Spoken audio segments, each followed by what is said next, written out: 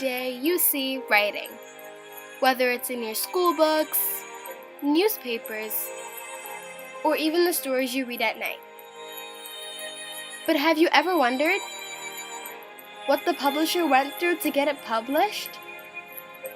And how he might have wanted to state something but wasn't permitted to do so? And how they would get punished if they stated something they weren't permitted to state? Do we need freedom of press? But I'm not a journalist. And journalism is hard, writing to deadline every day or something, and in some places worrying about being shot at or something of that nature. In this country, you're being harassed pretty badly. Freedom of press holds back the government from the disposal of information and suggestions. I certainly would reject the idea that the president or this administration has halted freedom of the press. I think we're one of the most accessible administrations that we've seen in decades. I think by my mere presence of standing up here and taking your questions unvetted is a pretty good example of freedom of the press. And I think it's ridiculous to suggest otherwise. Freedom of press permits the community to suggest and share information with the rest of the community. How has freedom of press benefited you? The press has benefited me because as a student who likes publishing videos and papers and stuff, I've had the freedom to post what I want. Obviously, you want to make sure that your work is correct and accurate, but you're also making sure that you can spread the information that you believe is important.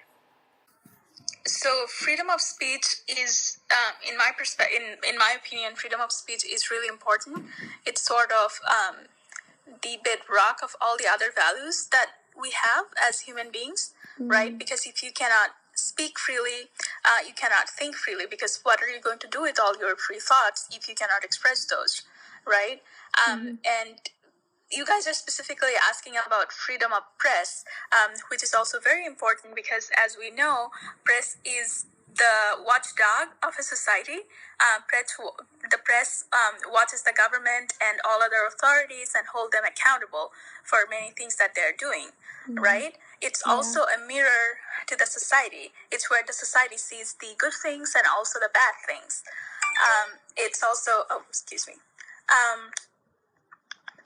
and press has always been, historically speaking, press has always been the sort of, the breaking ground for people who can't express their opinion. So it always gives a voice to the voiceless. It always gives a voice to the minorities and sort of like emulate their issues. And I think that's why the freedom of press is very important. And as we look through the history and look through the world of the map these days, many countries that don't have freedom of speech, they're suffering from many difficult situations, such as a repressive regime, a lot of corruption in the government and stuff like that. Do you believe other places need freedom of press?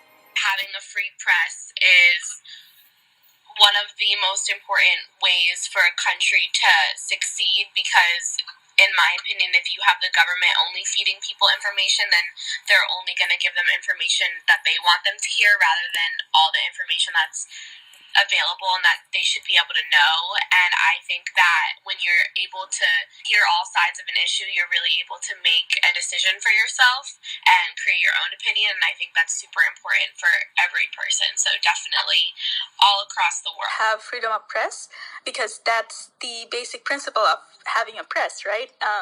Because press is a different institution than the government. It should be always free from the government, free of any government control, so that they can go after the government if the government is doing anything wrong. At the same time, if the government is doing a lot of good things, the press is there to help the government by praising them and by spreading the good things that the government does. And it does not only confine to the government. There are also, private corporate. What do you think the Saudi people have lost with the death of Jamal Khashoggi? And it's not just the Saudi people. I think it's everyone. When you lose a journalist who is, dedicating their whole life to providing the true information to people. It's obviously a tragedy, but it's just, I don't know the right word for it, but it's just, there's no words to describe, it's just clear that there's something that needed to be said, that they were silencing him. And that's just really awful. And I hope that there will be a point in the future where people will be able to speak freely and elect their leaders openly and fairly, so that people are being represented in a fair way, so that everyone is treated equally. If I'm not wrong, Saudi Arabia was never one of the countries that has been praised for their freedom of press. There always has been, doubts, and people have always been sort of skeptic about their freedom of press in that country. I think what they lost this time is not only the reputation of not having a free press, but also a lot of economic and political deals. Right, so there has been a lot of societal or sociological implications of that. For example, Germany and some other Scandinavian countries, they have canceled their deals, different business deals with Saudi Arabia. Canada has canceled some business deals with Saudi Arabia. So as a consequence of not having freedom of press and not being able to ensure the security of a Saudi journalist, they not only lost their reputation and established themselves as a repressive regime, but they also lost a lot of economic and business deals. What do you think? Should we write? Should we publish? Should we share with the world? Should we have freedom of press?